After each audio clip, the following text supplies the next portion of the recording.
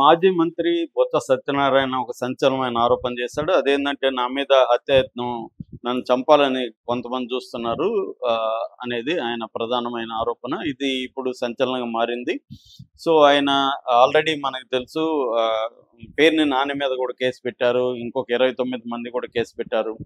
అంటే ఈ ప్రభుత్వం వచ్చినప్పటి నుంచి కూడా వైసీపీ నాయకుల మీద వివిధ రకాల కేసులు పెట్టడం, కొంతమంది వంశీ లాంటోళ్ళని, పోసాని కృష్ణమురళి లాంటోళ్ళని, మిథున్ రెడ్డి, చెవిరెడ్డి భాస్కర్ రెడ్డి ఇలాగ రకరకాల కేసుల్లో వీళ్ళని జైలుకి పెట్టడం అనేది మనకు కనబడుతుంది. అది అన్ని పార్టీలు చేస్తున్నాయి. గతంలో జగన్ కూడా అలాగే వివిధ తెలుగుదేశం నాయకుల మీద కేసులు పెట్టి, చింతమనేని ప్రభాకర్ లాంటి వాళ్ళ మీద 60 కేసులు, వాళ్ళు బయటికి రాగానే ఇంకొక పీటీ వారెంట్ అంటారు, prisoner in transition warrant, transit warrant.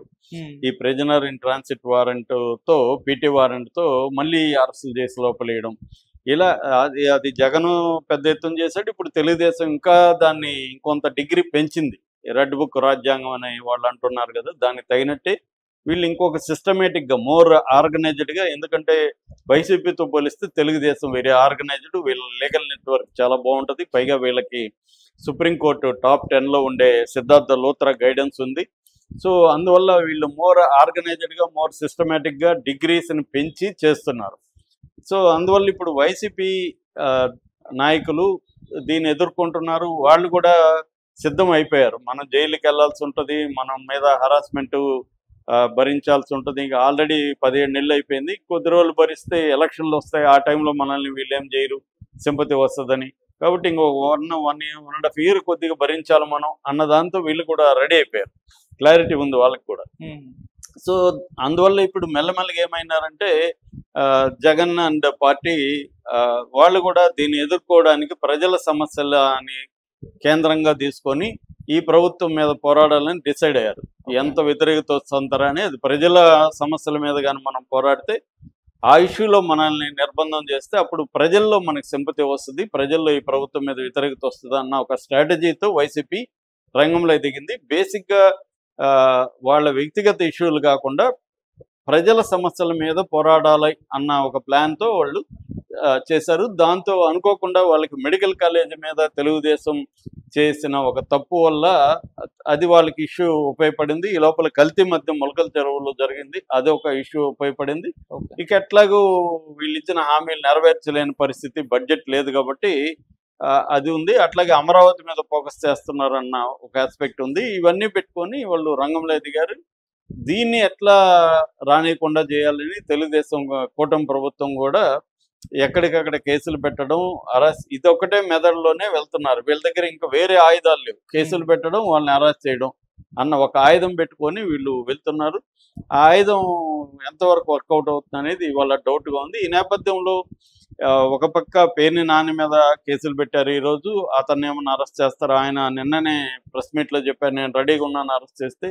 నన్ను గతంలో కూడా మీ ప్రభుత్వం 2014 నుంచి 19 వరకు కేసులు పెట్టి అరెస్ట్ చేసి జైలుకి పంపించారు, పెట్టండి, జైలుకి వెళ్ళి వస్తాను, ఏమవుతుంది అనేది ఆయన కూడా చెప్పాడు.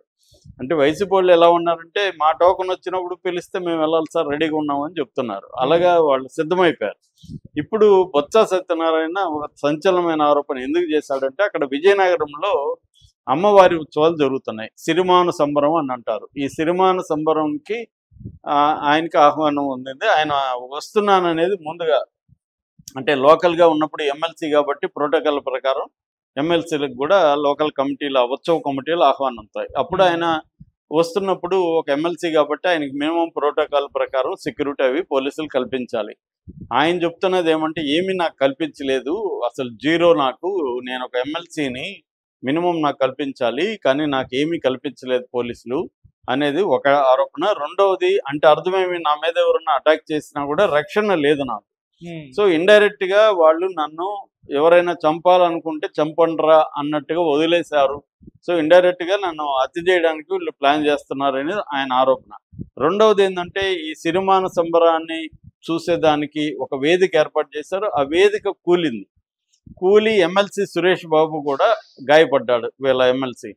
సో అది కూడా ఆయన చెప్తున్నాడు. అంటే వేదిక కూలడం ఇవన్నీ కూడా ప్లాన్ ఉంది వీళ్ళది. నేను అక్కడ పోయి కూర్చున్నాక వేదిక కూల్చాలని ప్లాన్ చేశారు, కానీ అది ముందే కూలింది. సో నా మీద హత్యాయత్నం చేస్తున్నారు, నన్ను చంపాలని కొంతమంది ప్రయత్నిస్తున్నారు అనేది ఆయన అన్నాడు. ఆ కొంతమంది ఎవరు? దీంట్లో తెలుగుదేశం వ్యక్తులా, బీజేపీ వాళ్ళా, లేకపోతే ఎవరు అనేది ఆయన చెప్పలేదు. ఓవరాల్‌గా అది ఆయన చెప్పాడు. రెండోది గోవా గవర్నర్ ఇక్కడ అరాచకాలు జరుగుతున్నాయి. పట్టించుకోవట్లేదు. గోవా గవర్నర్ ఎవరంటే మన అశోక్ గజపతిరాజు. ఆయనకి గోవా గవర్నర్ ఇచ్చారు బీజేపీ ప్రభుత్వం. సో, ఆయన ఆధ్వర్యం విజయనగరంలో ఈ చాలా గుళ్ళకి ఆయనే అధిపతిగా ఉంటాడు. సో, ఆయన ఆధ్వర్యంలో జరుగుతుంటాయి. మరి కానీ ఇక్కడ ఏం జరుగుతుందంటే విపరీతమైన దందాలు నడుస్తుంది. ప్రతి గవర్నమెంట్ ఆఫీస్‌లో ఒక హుండీ ఏర్పాటు చేసి, ఆ హుండీ డబ్బులు ఆ అధికారులు తినేస్తున్నారు.